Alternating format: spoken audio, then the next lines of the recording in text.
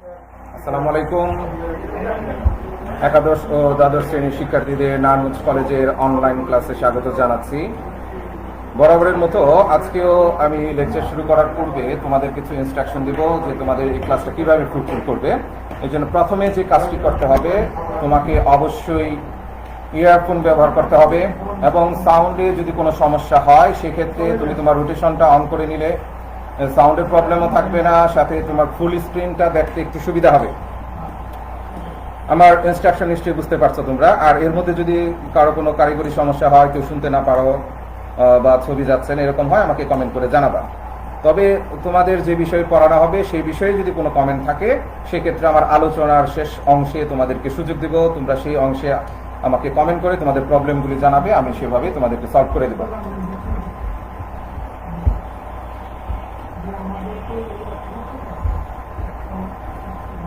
তো আশা করি সবাই আমার কথা ইনস্ট্রাকশন বুঝতে পেরেছো। আজকে আমি তোমাদের আলোচনা করব গ্রামারের যে অংশ আছে প্রিপোজিশন, সেই প্রিপোজিশন নিয়ে। এটা নিয়ে অনেকের অনেক রকমের কমপ্লিকেশন আছে, অনেক কনফিউশন আছে। তোমরা অনেক সময় অভিযোগ করো যে স্যার এটা বুঝতে পারি না, কয়েক ধরনের কিভাবে হবে। তো আমি অ্যাজ ইউজুয়াল যে কাজটা করি যে খুব সহজভাবে কিভাবে এই গ্রামারের বিষয়গুলিকে সহজে সঠিকভাবে আনসার করা যায় সেই টেকনিক আমি তোমাদেরকে আজকে দেখাবো। গত ক্লাসের মতো আজকেও আমি পাওয়ার পয়েন্ট প্রেজেন্টেশনের মাধ্যমে তোমাদেরকে এই ক্লাসটা প্রেজেন্ট করব। অতএব সবাই মনোযোগ দিয়ে খেয়াল করো। আবারও রিপিট করছি কথাটা যে তোমরা ইয়ারফোন ব্যবহার করবে। ইয়ারফোন ব্যবহার করলে শব্দ শুনতে সহজ হয় এবং ফুল স্ক্রিন অটো রোটেশনটা অন করে নিলে তোমরা তোমাদের ফুল স্ক্রিনে যদি দেখো তাহলে লেখাগুলি স্পষ্ট হবে।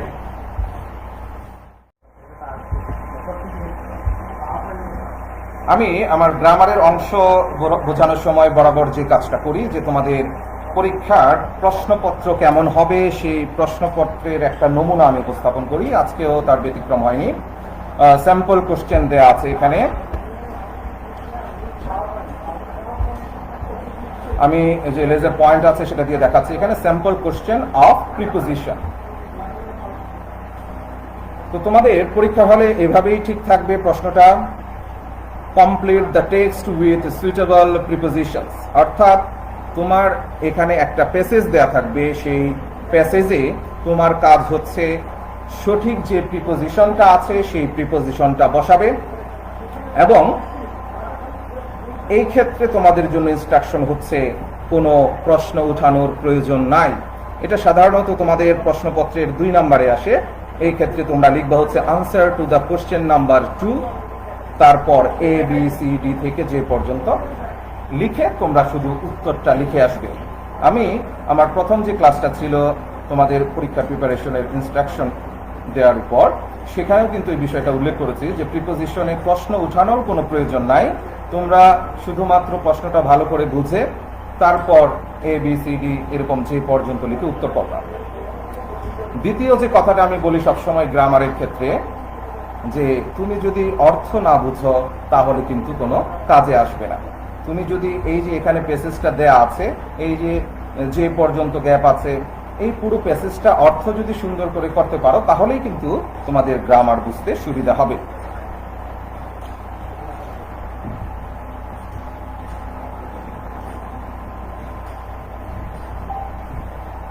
তো আমি মূল আলোচনায় যাচ্ছি।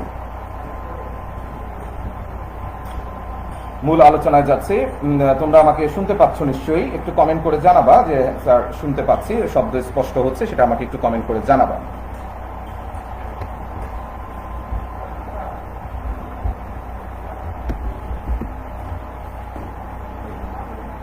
তো আমরা এই অংশে দেখলাম যে প্রশ্নপত্রটা কেমন হয়, কিভাবে আনসার করব সেই বিষয়টাও বুঝিয়েছি, কিন্তু কোন নিয়মে আনসার করব সেটা কিন্তু অনেকেই বুঝতে পারবে।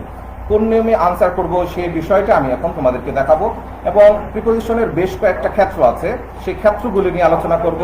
যে টেকনিকগুলি বলবো সেগুলি যদি কেউ সঠিকভাবে অনুসরণ করে তার কোনো রকমের সমস্যা হওয়ার কথা না। তবে বারবারই একটা কথা বলতে হয়, তুমি যদি অর্থ ঠিক করে না বুঝো তাহলে কিন্তু সমস্যা হবে। এই জন্য তোমাকে অর্থের দিকে অনেক বেশি মনোযোগী হতে হবে, বেশি বেশি করে রিড আউট করবা, অনেক কিছু পড়বা, পড়ে বোঝার চেষ্টা করবা, তাহলে তোমার গ্রামারের অংশ সহজ হয়ে যাবে। তো আলোচনার প্রথম দিকে আমি যে কথাটা বলতে চাই যে প্রিপোজিশন আসলে কি, অনেকেই তোমরা প্রিপোজিশন চিনতে পারো না আসলে কোনগুলিকে প্রিপোজিশন বলে।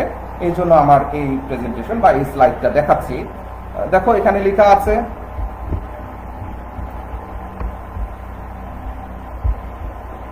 নাউন বা প্রনাউনের পূর্বে বসে অন্য কোনো নাউন বা প্রনাউনের সাথে সম্পর্ক স্থাপন করে। এখন এই যে প্রি মানে হচ্ছে পূর্ব, পজিশন মানে হচ্ছে অবস্থা, সেখান থেকে এই সংজ্ঞাটা কিন্তু এসেছে যে নাউন বা প্রনাউনের পূর্বে বসে, অর্থাৎ এটা কোনো নাউন বা প্রনাউনের পূর্বেই শুধু বসবে, প্রিপোজিশন অন্য কোথাও বসে না।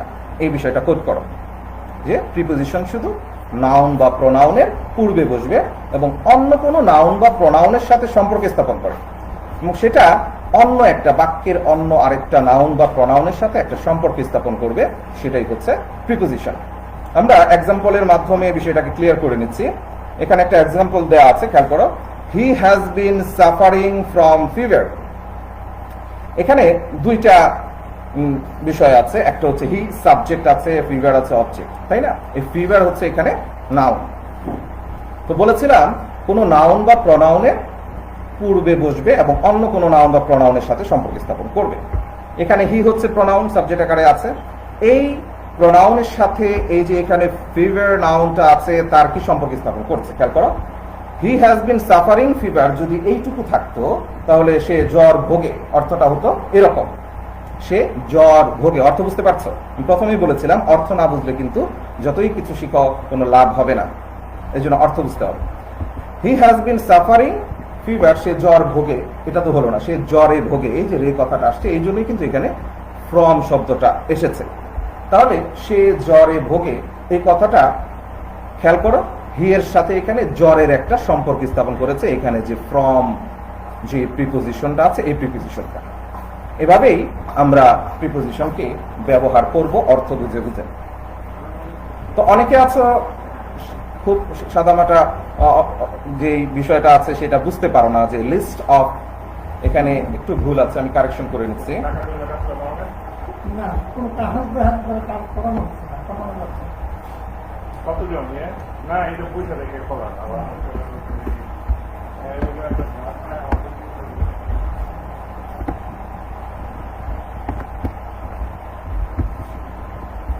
এখানে প্রনাউন লেখা আছে, হবে প্রিপোজিশন, ঠিক করে নিচ্ছি। প্রিপোজিশন। এবার আমরা শেয়ারিং এ চলে যাই।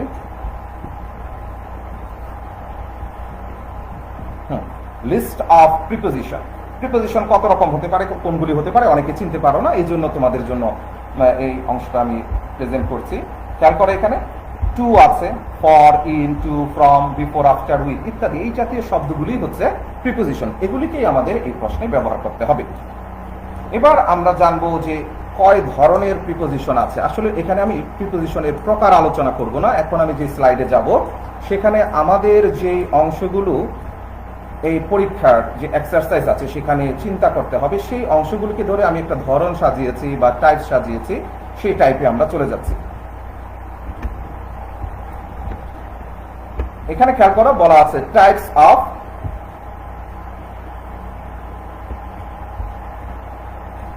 Preposition for exercise. আমরা যে অনুশীলনগুলি করি সেই অনুশীলন করার জন্য আমাদের যে ধরনের প্রিপোজিশনগুলি জানতে হয় সেগুলি আমি এখানে একটু ব্যাখ্যা করার চেষ্টা করব, তাহলে তোমাদের বুঝতে সুবিধা হবে। প্রথম যেটা আছে সেটা হচ্ছে অ্যাপ্রোপ্রিয়েট। অ্যাপ্রোপ্রিয়েট মানে যথাযথ, যেই শব্দের পর যে শব্দ আসবে, অর্থাৎ এখানে অন্য কোনো প্রিপোজিশন বসানোর সুযোগ নাই, এটা কোনো নিয়মের মধ্যেও পড়বে না। এই যে এখানে বলা হয়েছে অ্যাপ্রোপ্রিয়েট প্রিপোজিশন, এই অ্যাপ্রোপ্রিয়েট প্রিপোজিশন কোনো নিয়মের মধ্যে ফেলতে গেলে ঝামেলা হয়ে যাবে। সেক্ষেত্রে তুমি শিখবা কি করে, সেটা একটা প্রশ্ন আসতে পারে। তোমাকে বাক্যে ব্যবহার করতে করতে অভ্যস্ত হয়ে যেতে হবে, বাক্যে ব্যবহারের মাধ্যমে তোমাকে অভ্যস্ত হয়ে যেতে হবে।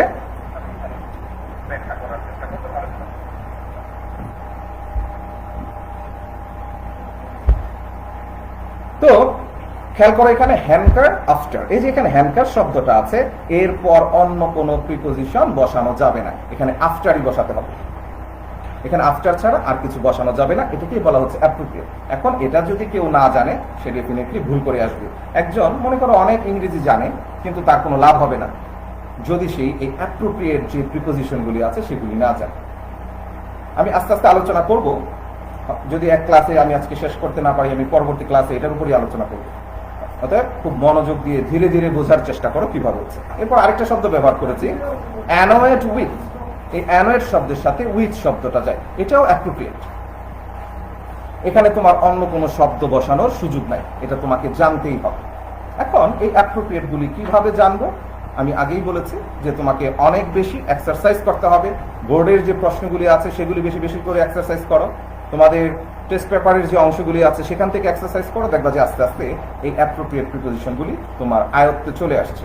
আবার তোমরা যে মডেল কোশ্চেনের যে বইটা ব্যবহার করো সেখানেও কিন্তু কিছু অ্যাপ্রোপ্রিয়েট প্রিপোজিশন দেওয়া আছে, সেখান থেকেও লিস্ট ধরে ধরে তোমরা শিখতে পারো। এটা গেল অ্যাপ্রোপ্রিয়েট, এখানে প্র্যাকটিসের কোনো বিকল্প নাই। দ্বিতীয় ধাপের যে প্রিপোজিশন আমরা আনসার করি সেটা হচ্ছে সিচুয়েশনাল। সিচুয়েশনাল কি? এক্সাম্পল দেয়া আছে। সিচুয়েশন মানে হচ্ছে অবস্থা ভেদে অর্থ বুঝে সেটাকে ব্যবহার করতে হবে। যেমন এক্সাম্পল দিলেই তুমি বুঝতে পারবা, হি লিভস ইন নারায়ণগঞ্জ। এখানে সে নারায়ণগঞ্জে বসবাস করে, অর্থাৎ নারায়ণগঞ্জের মধ্যে বসবাস করে, এই জন্য ইন হয়েছে। পরের যে এক্সাম্পলটা আছে সেটা খেয়াল করো, হি লিভস অ্যাট নারায়ণগঞ্জ। তাহলে প্রথম বাক্যে আছে ইন, দ্বিতীয় বাক্যে হয়ে গেল অ্যাট। এটা কেন হলো? এটাই হচ্ছে সিচুয়েশন। এমন একটা সিচুয়েশন এখানে ক্রিয়েট হয়েছে যে এখানে ইনটাকে অ্যাট লিখতে হচ্ছে, কারণ আমরা জানি যে অপেক্ষাকৃত ছোট স্থান হলে অ্যাট বসবে এবং অপেক্ষাকৃত বড় স্থান হলে ইন বসবে। এখানে খেয়াল করো, নারায়ণগঞ্জ ঢাকার চেয়ে অপেক্ষাকৃত ছোট স্থান, এই জন্য অ্যাট বসেছে। এটা একটা সিচুয়েশন। এই যে ছোট একটা জায়গা, ঢাকার চেয়ে ছোট একটা অবস্থান, এখানে এই যে বিষয়টা, এটা কিন্তু একটা সিচুয়েশন বা একটা অবস্থা। এই ছোট হওয়ার কারণে এখানে অ্যাট বসেছে এবং ঢাকা বড় হওয়ার কারণে ইন বসেছে। সিচুয়েশনাল নিশ্চয়ই বুঝতে পেরেছ। সিচুয়েশনাল নিয়ে আমরা আলোচনা করতে পারবো, সেটা শেখানোর নিয়ম আছে। আবার আরেক ধরনের প্রিপোজিশন আমাদেরকে অংশগ্রহণ করতে হয়, শিখতে হয়, সেটা হচ্ছে অ্যাপ্রোপ্রিয়েট অ্যাকর্ডিং টু সিচুয়েশন। অর্থাৎ এই ক্ষেত্রে আমরা দেখব যে কিছু প্রিপোজিশন আছে সেটা অ্যাপ্রোপ্রিয়েট, কিন্তু সেই অ্যাপ্রোপ্রিয়েট প্রিপোজিশনগুলি কিছু সিচুয়েশনে আমাদের ব্যবহার করতে হয়। এক্সাম্পলের দিকে খেয়াল করো, ডাই শব্দটা আছে, এটার সাথে যদি তুমি খেয়াল করো, ডাইয়ের সাথে আমি অফ বসিয়েছি, ফর বসিয়েছি, ফ্রম বসিয়েছি, সবগুলি কিন্তু অ্যাপ্রোপ্রিয়েট, কিন্তু ডাইয়ের সাথে সবসময় নির্দিষ্ট কোনো প্রিপোজিশন বসেনি। একবার বসেছে অফ, একবার বসেছে ফর, আরেকবার বসেছে ফ্রম। কারণ কি? অ্যাপ্রোপ্রিয়েট আবার সাথে সিচুয়েশন। সিচুয়েশনটা কি খেয়াল করো, এখানে ডাইয়ের সাথে অফ, এটা কিন্তু অ্যাপ্রোপ্রিয়েট। আবার ডাইয়ের সাথে ফর, এটাও অ্যাপ্রোপ্রিয়েট। ডাই ফ্রম, এটাও অ্যাপ্রোপ্রিয়েট। কিন্তু এই অ্যাপ্রোপ্রিয়েটের মধ্যেও একটা সিচুয়েশন আছে। যেমন কেউ যদি রোগে মারা যায় সেক্ষেত্রে হবে ডাই অফ। কেউ যদি দেশের জন্য আত্মত্যাগ করে, দেশের জন্য মারা যায়, আমাদের দেশে যেরকম মুক্তিযোদ্ধারা দেশের জন্য শহীদ হয়েছেন, সেক্ষেত্রে হবে ডাই ফর। যদি কোনো দৈব ঘটনা বা দুর্ঘটনার কারণে মারা যায় সেক্ষেত্রে হবে ডাই ফ্রম। আশা করি এই যে অ্যাপ্রোপ্রিয়েট অ্যাকর্ডিং টু সিচুয়েশন সেটাও বুঝতে পেরেছে। একটা হচ্ছে অ্যাপ্রোপ্রিয়েট, অর্থাৎ যে শব্দ থাকবে সেই শব্দের পর নির্দিষ্ট একটা প্রিপোজিশন আছে সেটাই বসাতে হবে। দ্বিতীয়টা হচ্ছে সিচুয়েশনাল, সেটা আমরা অবস্থা ভেদে সেটাকে বসাবো, চিন্তা করে অর্থ অনুযায়ী বসাবো। এরপরের যেটা আছে সেটা হচ্ছে appropriate according to situation. Appropriate, কিন্তু সেখানে কিছু সিচুয়েশন আছে, যে সিচুয়েশনের জন্য যেই প্রিপোজিশনের প্রয়োজন হবে আমাদেরকে সেটাই বসাতে হবে। তাহলে একটু খেয়াল করো, 1 এবং 3, 1 নাম্বার এবং 3 নাম্বার, এই দুইটার মধ্যে কিন্তু আমাদের করার তেমন কিছু নাই, এগুলি শিখে ফেলতে হবে। আমাদের করার যে অংশটুকু আছে সেটা হচ্ছে সিচুয়েশনাল। অ্যাপ্রোপ্রিয়েট দুইটা আমরা ভালো করে প্র্যাকটিসের মাধ্যমে আয়ত্ত করে নেব। আবার সিচুয়েশনালগুলি আমাদের বুঝতে হবে যে কোন সিচুয়েশনে কেমন হয়। সেরকম কিছু টেকনিক আমি আজকে তোমাদেরকে দেখাবো, যে কোন টেকনিক অবলম্বন করলে একটু সহজে তোমরা এই বিষয়গুলি বুঝতে পারবা।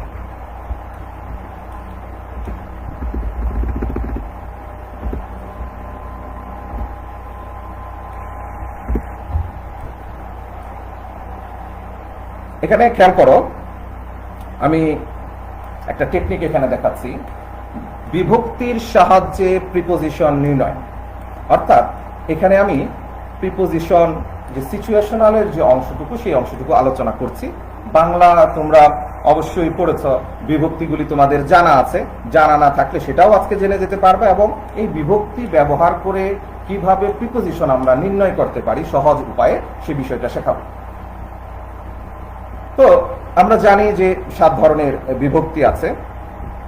প্রথম যে স্লাইডটা তোমরা দেখতে পাচ্ছ সেখানে আছে প্রথমা বা শূন্য বিভক্তি। অর্থাৎ এখানে খেয়াল করো, ক্রস দেওয়া হয়েছে, আমি পয়েন্টারের সাহায্যে দেখাচ্ছি। এখানে ক্রস দেওয়া হয়েছে প্রথমা বা শূন্য, অর্থাৎ যেখানে কোনো বিভক্তি যুক্ত হবে না।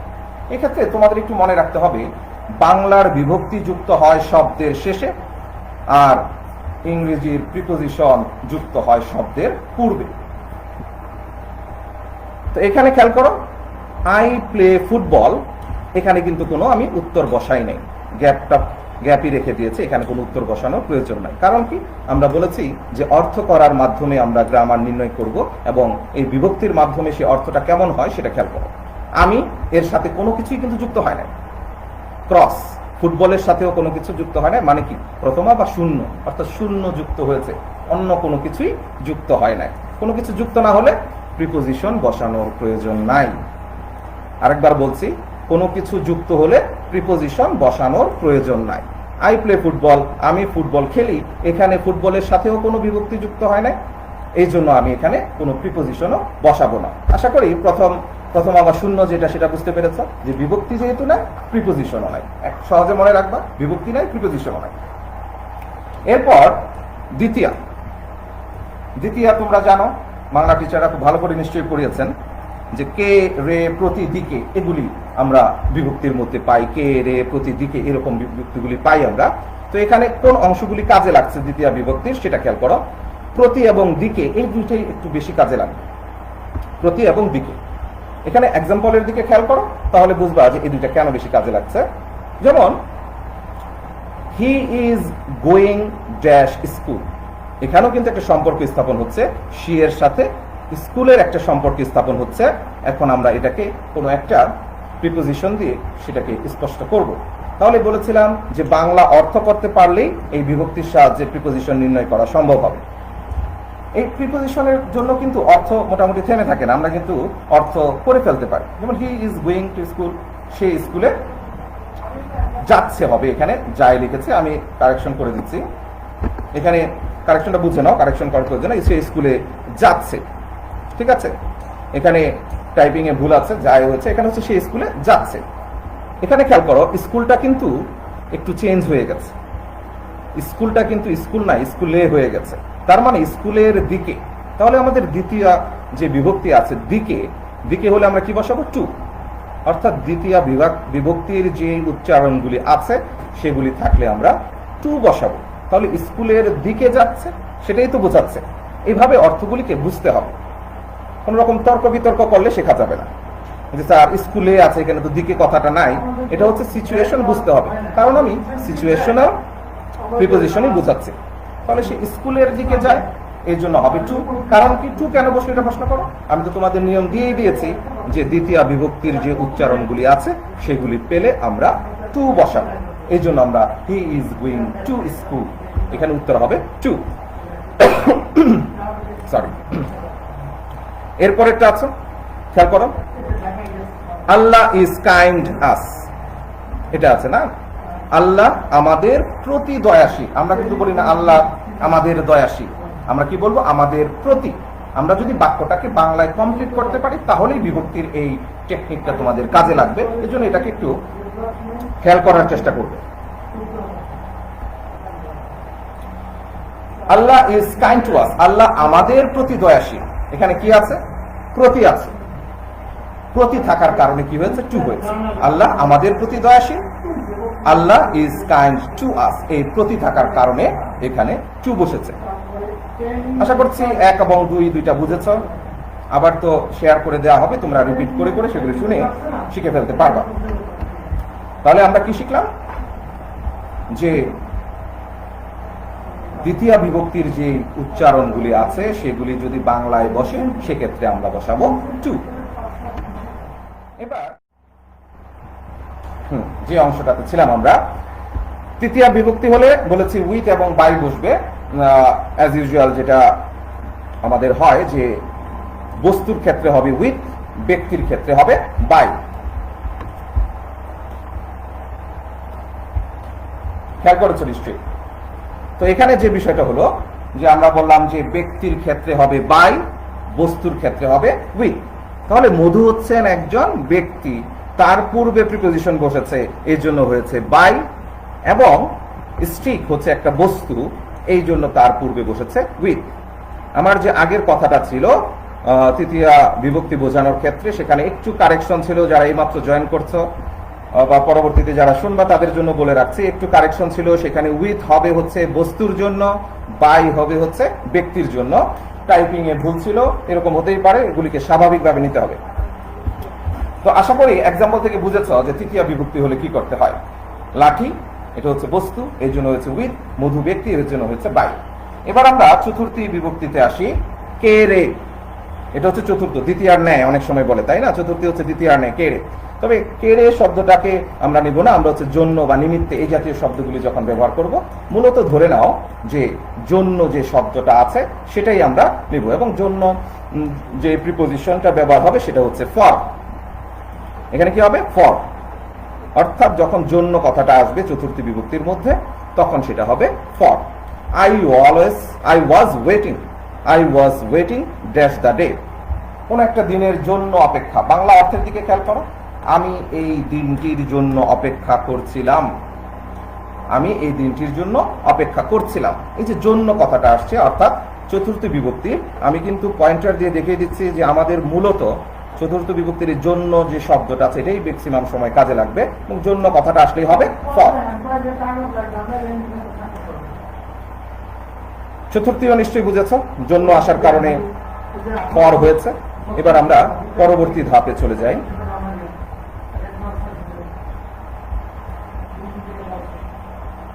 পঞ্চমী, হতে থেকেছে।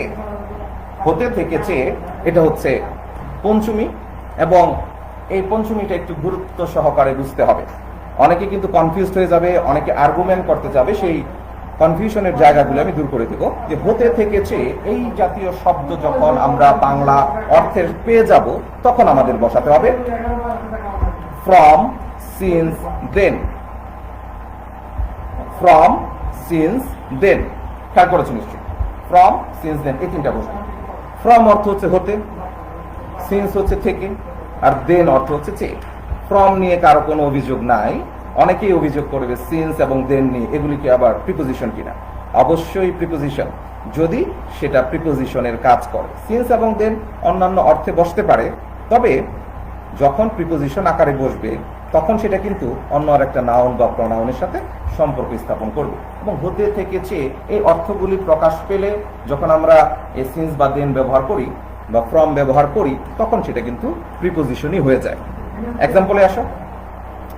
The shirt has been bought dash America. শার্টটি আমেরিকা থেকে কেনা হয়েছে। তাহলে আমরা এখানে পেয়ে গেলাম থেকে। থেকে বা হতে এটা কিন্তু মোটামুটি কাছাকাছি শব্দ। থেকে, হতে এগুলি কাছাকাছি শব্দ, এগুলি নিয়ে কনফিউজড হওয়ার কিছু নাই। ঠিক আছে? হতে বা থেকে। এবার শার্টটি আমেরিকা হতে কেনা হয়েছে, ভুল তো কিছু না। শার্টটি আমেরিকা থেকে কেনা হয়েছে, সেটাও ভুল কিছু না। তো সেক্ষেত্রে কি হবে? ফ্রম হবে, তাই না? যে আমেরিকা থেকে বা আমেরিকা হতে কেনা হয়েছে, আমেরিকা হতে কেনা হয়েছে, এটাও বলা যায় আমেরিকা থেকে কেনা হয়েছে। অর্থাৎ কোনো জায়গা থেকে যদি কেনা হয় সেরকম হবে, সেক্ষেত্রে হবে from. The shirt has been bought from America. শার্টটি আমেরিকা থেকে কেনা হয়েছে। ফ্রমের বিষয়টা গেল, এবং ফ্রমের অর্থ তোমরা এমনিতেও জানো যে হতে বা থেকে এরকম অর্থ প্রকাশ পায়। এক্ষেত্রে তোমাদের কোনো প্রবলেম হওয়ার কথা না। It has been raining dash morning. আমি আগেই বলেছিলাম হতে থেকে এটা কোনো ভেরি করে না, যদি সময় উল্লেখ থাকে। এখন প্রশ্ন হচ্ছে কখন ফ্রম হবে, কখন, এই কথাটা এখন মনোযোগ দিয়ে খেয়াল করবা। সিন্স এবং ফ্রম এর মধ্যে কিন্তু একটা গন্ডগোল লাগে, যে কখন আমি ফ্রম বসাবো, কখন সিন্স বসাবো। একদম কোড করে রাখো, খাতায় লিখে রাখো। যদি সময় বোঝায় সেক্ষেত্রে হতে হোক বা থেকে হোক, যদি সময় বোঝায় হতে হোক বা থেকে হোক সেই ক্ষেত্রে আমরা বসাবো সিন্স, অন্যান্য ক্ষেত্রে বসাবো ফ্রম।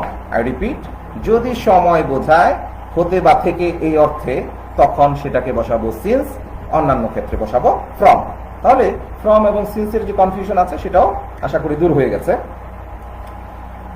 তো দেখো, এই যে it has been raining since morning কথাটা আমরা বসালাম, এখানে অর্থ কি দাঁড়ায়? সকাল হতে বৃষ্টি হচ্ছে। আবার কেউ কেউ বলতে পারে সকাল থেকে বৃষ্টি হচ্ছে।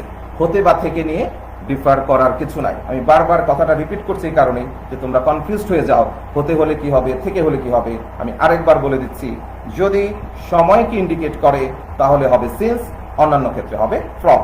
হতে বা থেকে যেটাই থাকুক, তাহলে সকাল হতে বা সকাল থেকে বৃষ্টি হচ্ছে, এই জন্য সময়কে বোঝাচ্ছে।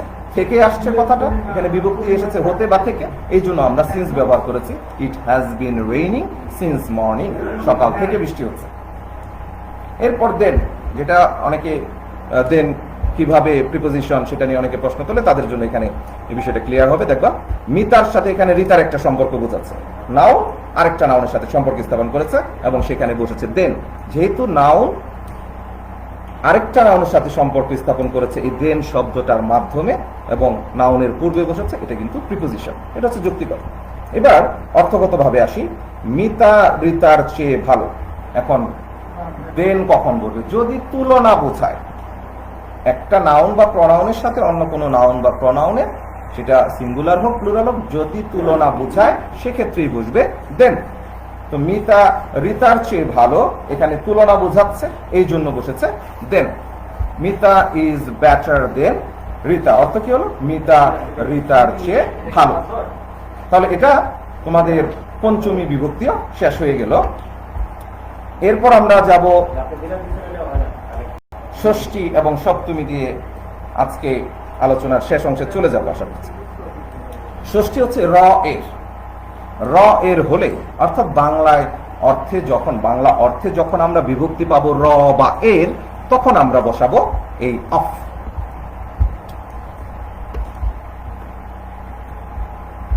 খেয়াল করো, এই যে অফ, যখন আমরা বাংলা অর্থের শেষে র বা এর এই জাতীয় শব্দগুলি পাবো সেক্ষেত্রে বসাবো আমরা অফ।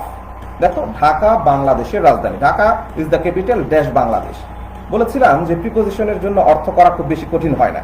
তুমি যদি বাকি যে শব্দগুলি আছে সেগুলি থেকে অর্থ করতে পারো তাহলে কিন্তু তোমার অর্থ বোঝা সহজ হয়ে যাবে, বিভক্তি বুঝতে পারবে এবং তখন তোমার প্রিপোজিশন বসানো সহজ হবে।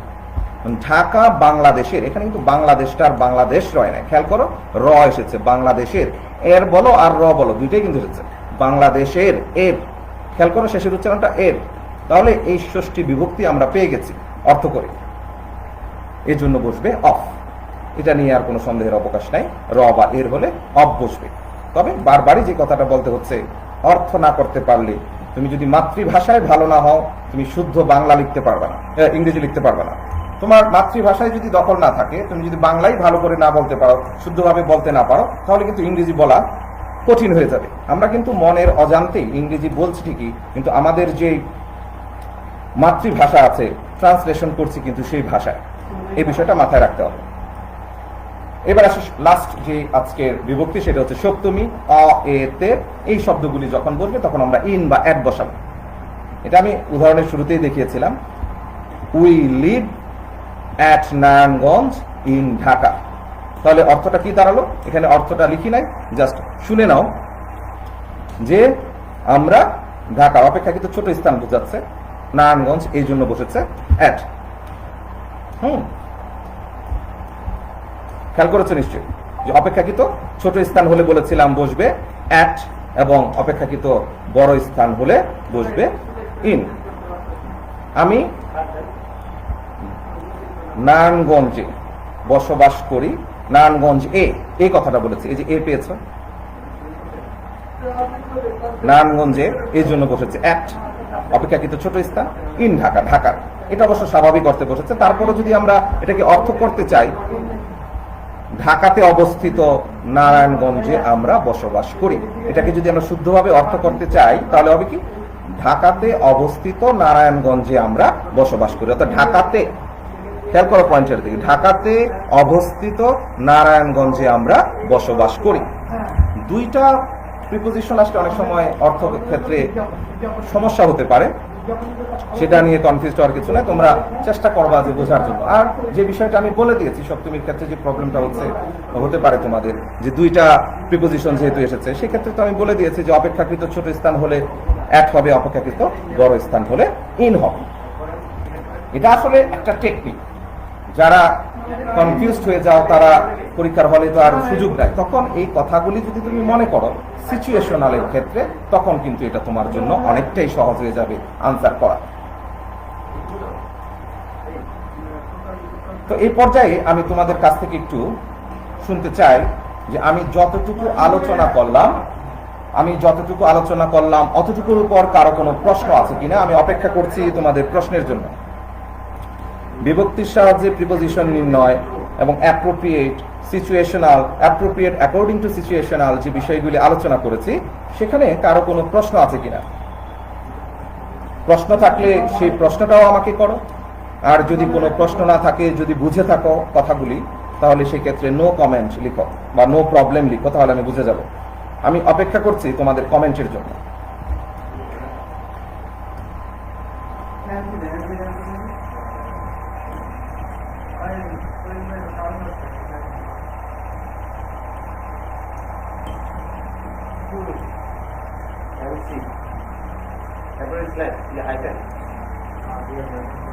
কারো কোনো প্রবলেম আছে?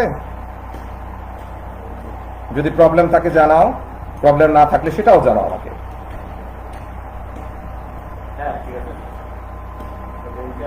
স্যার বিভক্তি তিনটা আরেকবার বুঝিয়ে দিলে ভালো হয়। ঠিক আছে, আর অন্যদের কোনো প্রবলেম নাই। ঠিক আছে, আমি তৃতীয় বিভক্তিটা আরেকবার বুঝিয়ে দিচ্ছি।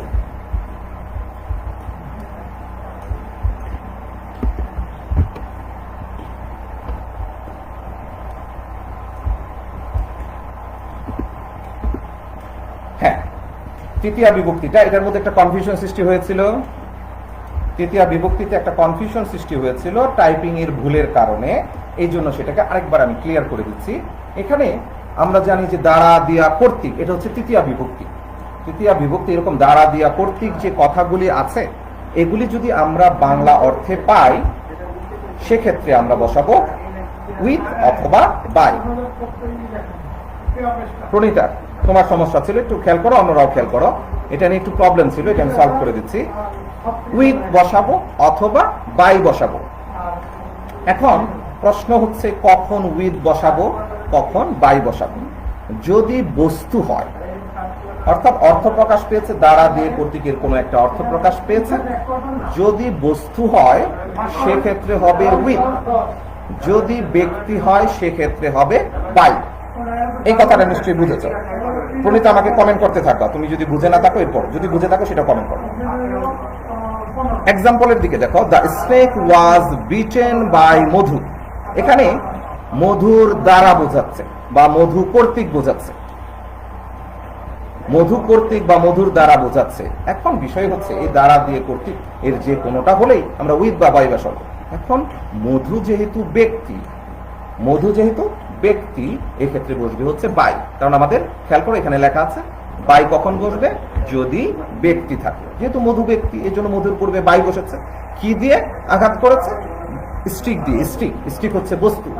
স্টিক দ্বারা বা দিয়ে, যেটাই বলো তুমি, স্টিক দিয়ে বা স্টিক দ্বারা, হ্যাঁ, লাঠির দ্বারা, লাঠি দিয়ে, যেটাই বলো।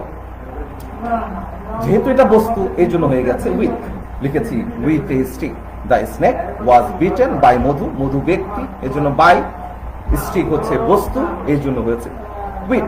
অর্থগুলি দেখো, বিভক্তির কথা খেয়াল করো, দেখো কর্তৃক অথবা দ্বারা, লাঠির দ্বারা, মধু কর্তৃক, এই শব্দগুলি বসেছে।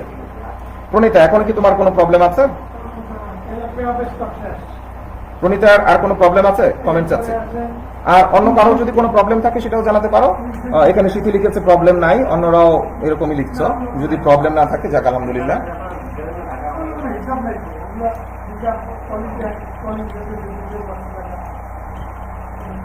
প্রণীতা কমেন্ট করলেই আমি এই আলোচনার এইটুকু অংশ শেষ করে দিব আজকে।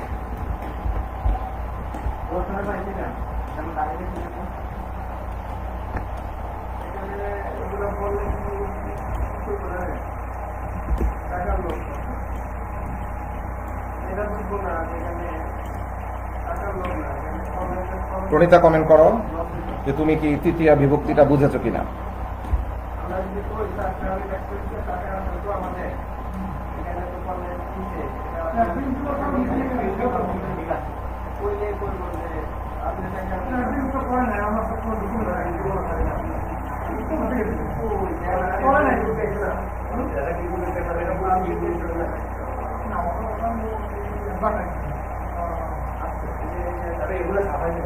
আর কার কোনো প্রবলেম? ঠিক আছে, যেহেতু আর কারো কোনো প্রবলেম নাই, প্রণীতার প্রবলেম নাই, আর কারো কোনো প্রবলেম নাই, আমরা আমাদের পরবর্তী অংশে চলে যাই। অ্যাজ ইউজুয়াল আমি যেটা তোমাদেরকে সবসময় সাজেস্ট করি যে শুধু শিখলেই হবে না, এক্সারসাইজ করতে হবে। এই ক্ষেত্রে আমি তোমাদেরকে হোমওয়ার্ক দিচ্ছি। অল বোর্ড কোশ্চেন্স 2018 to 2019 গত ক্লাসেও দিয়েছিলাম, কেউ কেউ আমাকে পাঠিয়েছো হোমওয়ার্ক তৈরি করে, আমি সেগুলিকে রিপ্লাই দিয়েছি যারা যারা পাঠিয়েছো। যদি কারো কোনো প্রবলেম থাকে আমি আবারও বলছি, তোমরা আমাকে রিপ্লাই দিতে পারো, কমেন্ট করে জানাতে পারো, অথবা তোমরা সরাসরি আমাকে ইনবক্স করতে পারো, সেখান থেকে আমি উত্তরগুলি তোমাদেরকে পাঠিয়ে দেবো। Homework all board questions 2018 to 2019 2018 সাল থেকে 2019 সাল পর্যন্ত যে বোর্ডের কোশ্চেনগুলি আছে সেগুলি করতে থাকবা। এগুলি করতে যে সমস্যায় তোমরা পড়বা সেটাও একটু বলছি। আজকে আলোচনা এটুকুই রাখবো, এই জন্য আর কিছু টেকনিক বলে তোমাদেরকে আমি শেষ করে দিচ্ছি যে তোমরা যে বোর্ডের প্রশ্নগুলি যখন করবা যে সমস্যাগুলির সম্মুখীন হবা সেটা হচ্ছে যে আজকে বলেছে যে অ্যাপ্রোপ্রিয়েট আছে, সিচুয়েশনাল আছে, তারপর আছে অ্যাপ্রোপ্রিয়েট অ্যাকর্ডিং টু সিচুয়েশন, এগুলি আছে। একটু সমস্যায় পড়বা, কিন্তু বেশি বেশি প্র্যাকটিস করলে সেটা ক্লিয়ার হয়ে যাবে। যদি প্র্যাকটিস না করো একদম সমস্যা কিন্তু রয়ে যাবে। তো সিচুয়েশনাল কিন্তু আরো আছে, আজকে আলোচনা শেষ না, আমি যদি পরবর্তীতে আবার সুযোগ পাই এই যে সিচুয়েশনাল প্রিপোজিশন আছে সেগুলির আরো কিছু টেকনিক নিয়ে তোমাদের সামনে পরবর্তী ক্লাসে ইনশাআল্লাহ হাজির হব। তো এই ক্ষেত্রে তোমরা যে কাজটা, এই বাকি যে সময়টুকু আছে এই সময় তোমরা যে কাজটা করবা, অ্যাপ্রোপ্রিয়েট প্রিপোজিশনগুলি বোর্ডের প্রশ্ন থেকে এক্সারসাইজ করতে থাকো, সেখান থেকে শিখে যাও যে কোন শব্দের পর কোন প্রিপোজিশন অ্যাপ্রোপ্রিয়েট আকারে বসে। তারপর কিছু শব্দ আছে, একটা শব্দ অনেকগুলি প্রিপোজিশন অনেক রকমের হয়, সেটা হচ্ছে অ্যাপ্রোপ্রিয়েট অ্যাকর্ডিং টু সিচুয়েশন, সেগুলিও তোমরা ব্যবহার শিখতে থাকো। সেই দুইটা যদি না শিখে যাও তাহলে কিন্তু প্রিপোজিশনে পূর্ণাঙ্গ মার্ক পাওয়া কঠিন হয়ে যাবে। সিচুয়েশনগুলি আমরা এভাবে বিভিন্ন টেকনিকের মাধ্যমে আস্তে আস্তে ইনশাআল্লাহ শিখে ফেলব, এবং যদি তোমরা এভাবে প্র্যাকটিস করতে থাকো তোমরা অভ্যস্ত হয়ে যাবে। আজকে আর তেমন কোনো কথা বাড়াতে চাচ্ছি না, তোমাদের যেহেতু এই অবস্থানটা ক্লিয়ার হয়ে গেছে, আজকে আমি এই পর্যন্তই রাখছি। আবারও ইনশাআল্লাহ পরবর্তী ক্লাসে দেখা হবে যে প্রিপোজিশনের আরো কিছু টেকনিক নিয়ে আমি আলোচনা করব, সাথে কোনো একটা রাইটিং পার্ট কিভাবে আনসার করলে। তোমাদের অনেকেরই একটা অভিযোগ ছিল বা অনেকের একটা আবদার ছিল যে রিপোর্ট কিভাবে লিখতে হয়, সেটা কিন্তু আমি বলেছিলাম আমাদের যে ইউটিউব চ্যানেল আছে সেখানে আকলিমা ম্যাডামের যে পূর্ণাঙ্গ একটা ক্লাস আছে রিপোর্টের উপর, সেটা দেখলে অনেকটা ক্লিয়ার হয়ে যাবে। তারপরও আমি আগামী ক্লাসে এই প্রিপোজিশনের সাথে একটা রিপোর্টের খাতায় তোমার প্রেজেন্টেশনটা কেমন হবে সেটা আমি ইনশাল্লাহ দেখিয়ে দেব, এবং আবারও বলছি যে নতুন কোনো টেকনিক, সিচুয়েশনাল প্রিপোজিশনে নতুন কোনো টেকনিক নিয়ে আমরা ইনশাল্লাহ আসবো। তাহলে আজকে এ পর্যন্তই। আল্লাহ হাফেজ, আসসালামু আলাইকুম।